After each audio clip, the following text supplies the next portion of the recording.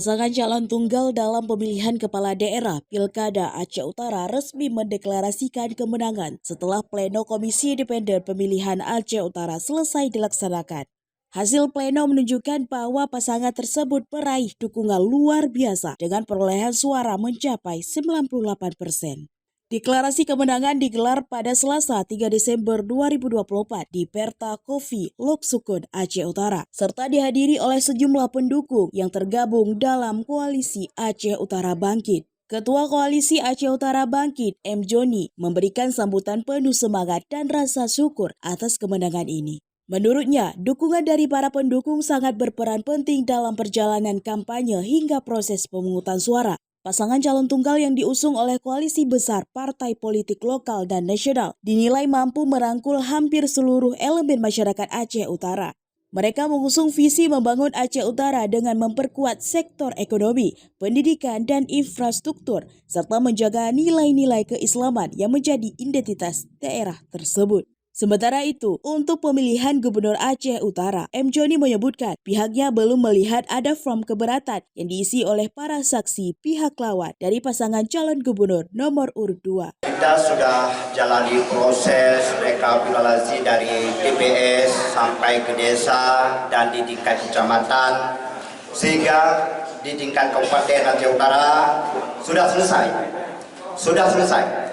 Jadi menurut pemantauan kita sebagai ketua tim pemenangan Mualim Dikfat, ya, tidak ada celah di Aceh Utara mereka untuk melakukan gugatan. Kenapa?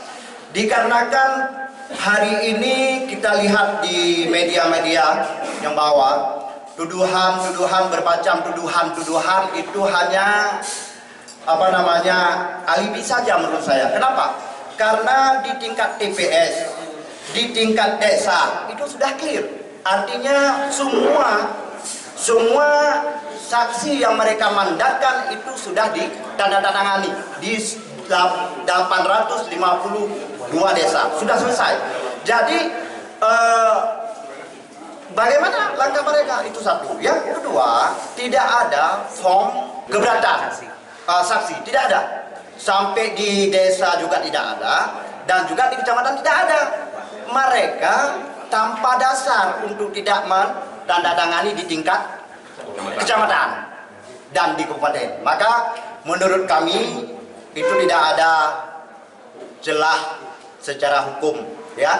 Lagian kita bisa lihat bersama tidak ada kejadian khusus di Aceh Utara yang berkaitan dengan pilkada, tidak ada.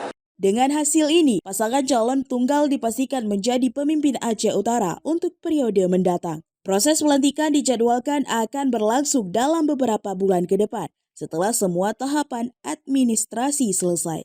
Dari Aceh Utara, Saiful Bahri melaporkan untuk Puja TV.